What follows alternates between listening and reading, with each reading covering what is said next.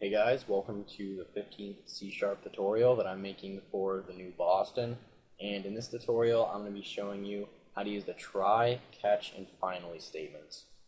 So basically what the catch does, it will catch an error. So if there's an error with your code, instead of your application crashing, it's just going to catch that error so that your application doesn't crash. So all you're going to need for this tutorial is a button and some sort of code that gives an error. And basically what we're doing right here is just creating a new string array. And inside of our string array we have two strings, so 1 and 2. And we're trying to access string at the index of 2. And since computers start counting at 0, we go 0 and then 1 and wait, there is no string at the index of 2. So it's going to throw an error saying it's not there.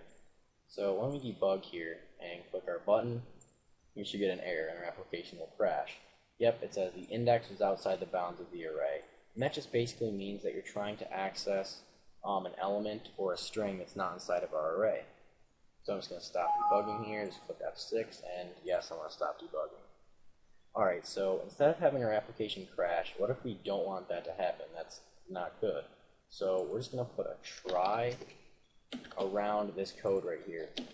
And basically what it's going to do is just going to try this code, and if there's an error with it, it's going to look for a catch statement.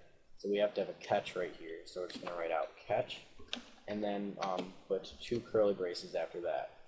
So what it's going to do here is it's just going to try this code, and if there's an error with it, it's going to jump down to this catch statement and do the code inside of here. So instead of the application crashing, it's just going to do the code inside of here. And we're just going to have a message box show saying there was an error. So there was an error. Alright, and again, it will only get to this code if there actually is an error with this code right here. So when we debug, we should get that message box because, of course, there is an error with this code. We're trying to access an element inside of the array that doesn't exist. So yep, we get that message box, there was an error. But if there wasn't an error with our code and we're just trying to access the element at the index of 0, then we're not going to get that message box since there isn't an error. So yeah, there's no error. But what if we want to tell the user exactly what the error was? When we ran our code without the try and catch, we got that nice message saying the index is outside of the bounds of the array, so that we sort of know what the problem is. And to get that message, what you're going to want to do is just put 2 parentheses after the catch. And then inside of here, you're just going to want to write exception and then call it EX. And basically what you're doing right here is creating a new variable, a new exception variable, and you're just calling it EX. And this exception will be equal to the exception that was thrown, or the error that was given.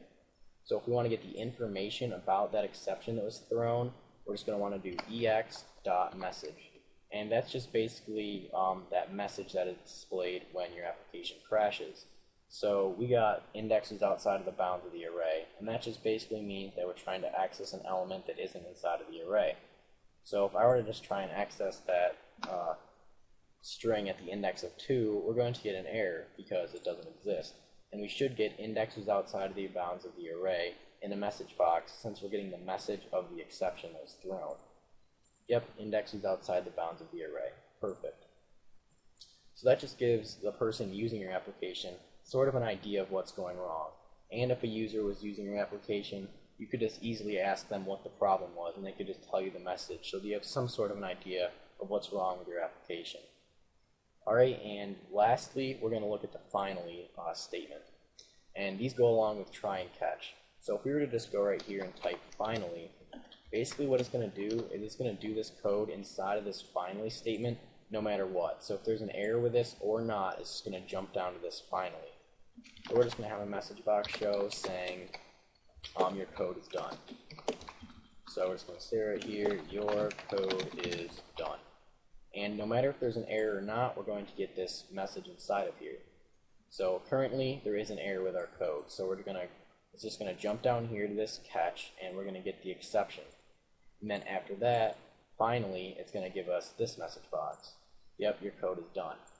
And now if we were to change this so that there's not an error, we just try and access the string at the index of 0, then there's no error with this, but it's still going to do this code inside of the finally right here. yep, we get your code is done, even though there wasn't an error. Alright, so that's pretty much it for this tutorial on try, catch, and finally. So, see you guys.